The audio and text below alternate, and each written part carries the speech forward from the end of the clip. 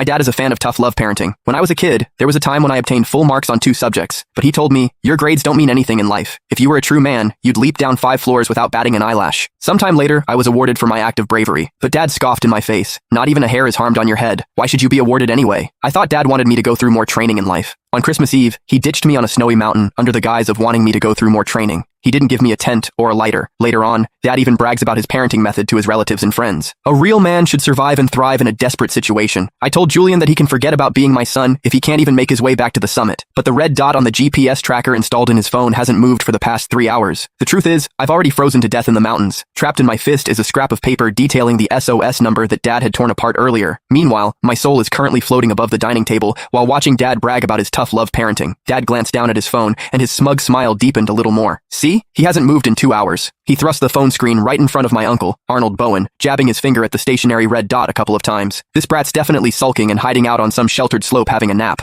I know him too well. The moment he runs into any difficulty, he wants to curl up and hide, just like his mother. I told him that if he doesn't make it to the summit by midnight tonight, I'm cutting off his living expenses for the next semester. I floated above the dining table, bitterness flooding through me. The blizzard hit out of nowhere, and I lost all sense of direction. As hypothermia took hold, I started hallucinating. I even tore off that flimsy windbreaker Dad had grudgingly given me. Right before I died, I still fantasized that Dad might come to save me. Uncle Arnold's wife, Ethel Gallagher, shrank her neck and glanced at the howling snowstorm outside the window. Trevor, this snow looks serious. The news has already issued a yellow alert. Has Julian dressed warmly enough? Dad swallowed a piece of steak, then raised his glass and took a satisfied sip. I gave him a windbreaker, and he's got thermal underwear underneath. That's more than enough. A man's gotta be able to handle the cold. Back in my days in the military, I used to run 3 miles shirtless in minus 22-degree weather. Now that's what I call tough. I sneered from midair. His so-called shirtless 3-mile run was nothing but a drunken tall tale he bragged about to his army buddies. He'd turned his own drunken fantasies into truth, and then mercilessly imposed them on me. But Dad, I was already stone cold dead. I floated right in front of Dad. I wanted to tell him that I had tried my hardest, that I had wanted to keep climbing, but my lungs felt like they were exploding, each breath like swallowing knives. My legs had gone numb long ago, all because of the single-layer hiking boots he forced me to wear to toughen up my will. I screamed right in his face, "Dad, I'm cold! So cold!" After muttering something under his breath, he picked up his phone and held down the voice message button. "Julian, quit playing dead. I see your location hasn't moved. Are you staging a sit-in protest against me? Well, let me tell you, it won't work. If you're not at the summit by midnight tonight, don't even think about going back to that crappy college of yours. You can go work on a construction site instead." His finger lifted, and the message was sent. I stared at that familiar chat window. The last message was still the one I'd sent him 3 hours ago. "Dad, I can't breathe. Is the medicine in your bag? I think I forgot to bring it." His reply was, "Medicine? I already threw it away.